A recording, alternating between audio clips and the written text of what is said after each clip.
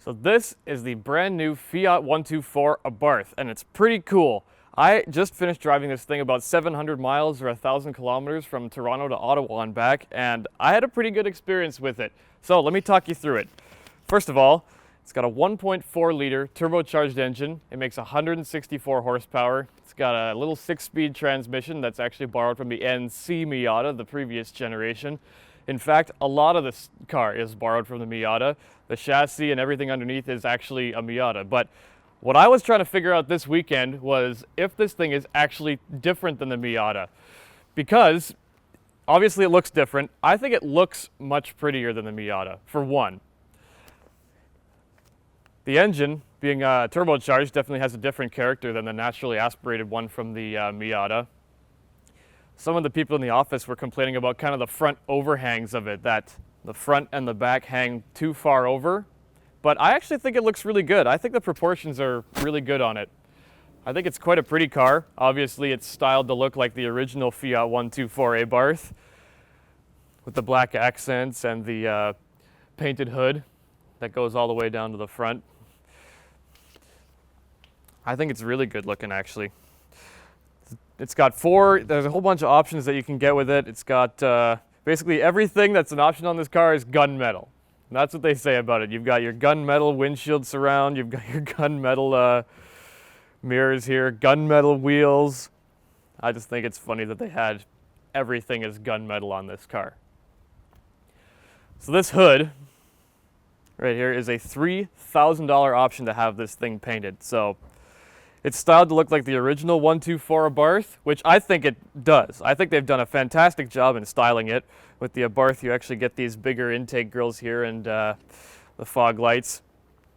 And I think it's just a fantastic looking car. And so did a lot of the people that I talked to this weekend. It's funny, you pull up to a bagel shop or something and, you know, kids knew what it was. 10, 12-year-old kids. I was driving by schools and stuff around town and kids would go, "Hey, nice Spider." Like they knew what it was, which was, I think really cool.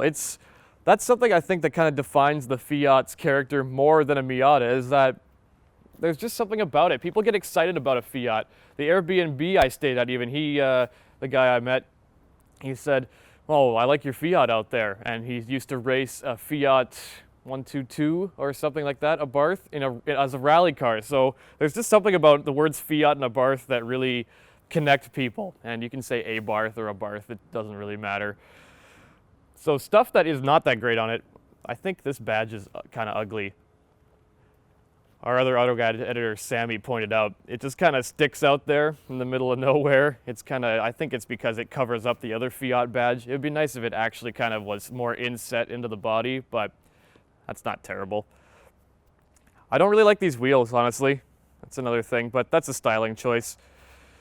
The original ones that come on kind of the Classico, I think they call it, they're really nice. They're a whole bunch of multi-spoke rims and they're very pretty. The interior is actually quite a nice place to be. My back only hurt a little bit after driving it for a long time, but that's just because I'm kind of a wimp. So one of the best features about it is how quick the roof goes down. And you know, not even new cars with roofs that are automatic can beat this.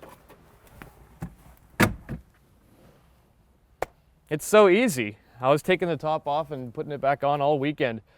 And it actually doesn't buff it too bad as you're driving it. It doesn't get the wind in your hair, and I've got kind of long hair, so having it in my eyes would really be not so great.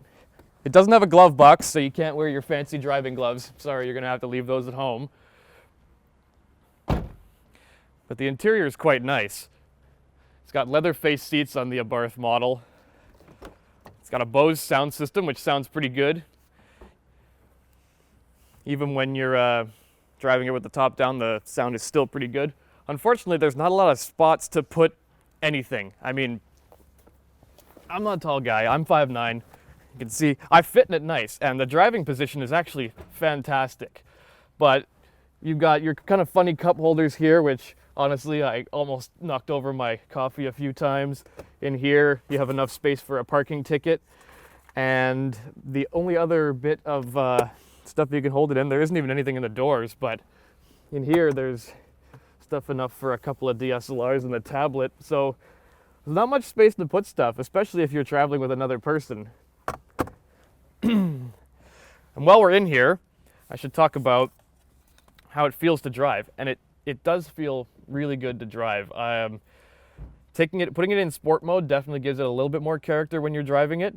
But even in regular mode, it wasn't too bad. So the transmission goes into gear so nicely. It's super notchy. I didn't try any handbrake turns, but I'm sure they would be fantastic. The infotainment system is whatever. It's a standard unit from FCA, so it works pretty well. It was kind of hard to use, especially because with someone else, if they want to change the radio station, all the settings are here.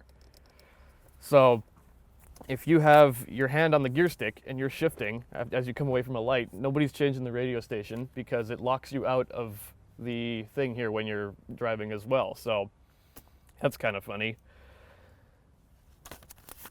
I like the way it revs. It really has nothing under 2,000 RPM because it's a turbo. So when you're trying to blip it to get it off the line, you kind of go, and that's not so great.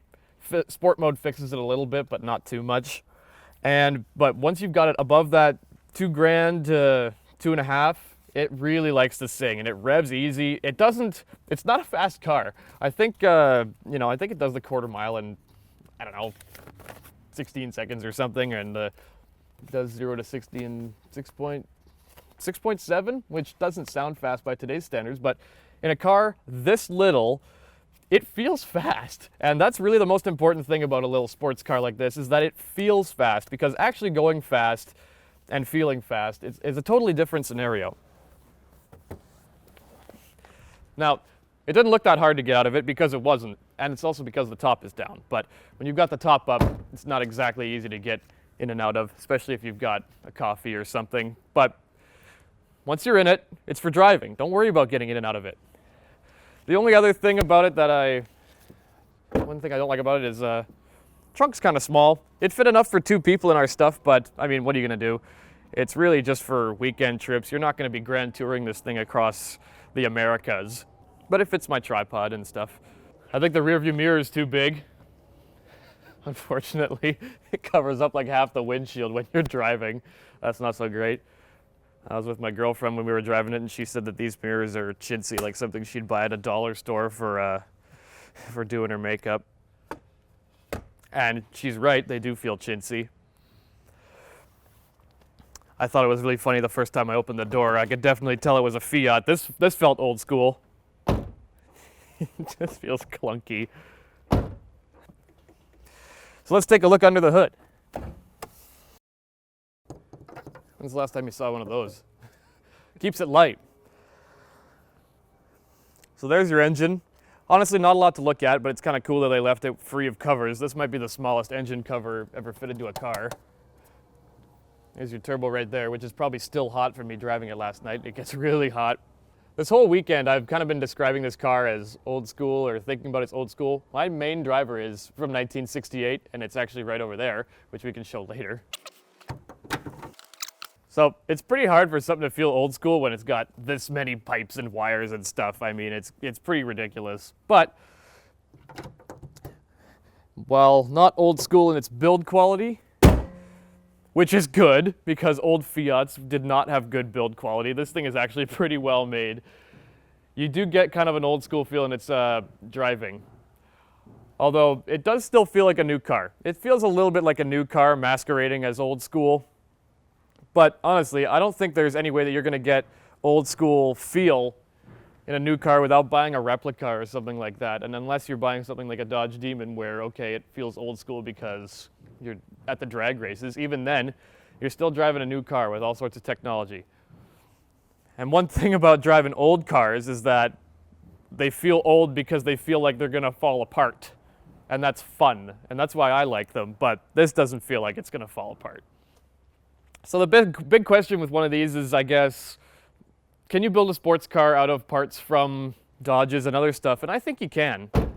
I mean, I don't think there's anything really wrong with it. I think it drives really great. The handling is really fantastic. I think it was comfy enough to drive it that far. The seats are really nice. But is it nice enough to pay $50,000 Canadian for? This is a $50,000 car. This hood stripe is a $3,000 option. And as far as I can tell, what you get with the $50,000 is you get the hood stripe, you get a limited slip diff, and you get these wheels. So honestly, if I was looking for one of these, I would probably buy the base model, because the 4 extra horsepower you get in this, you're not going to feel. The limited slip diff you might use, but you know, for a regular person that's driving it, you're not going to be rallying the thing and, you know, drifting around a lot of corners, or maybe you are, but for the most part, it should be all right. And the base model for this in Canada, I believe, is $25,000. So that's half price to get the Classico with it's got 1 inch smaller rims, just 16-inch rims, but I think they look better.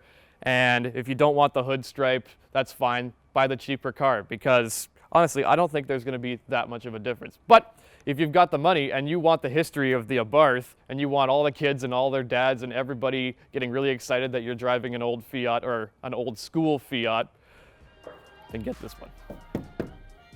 I'm Alex Reed for AutoGuide. Tune in next time.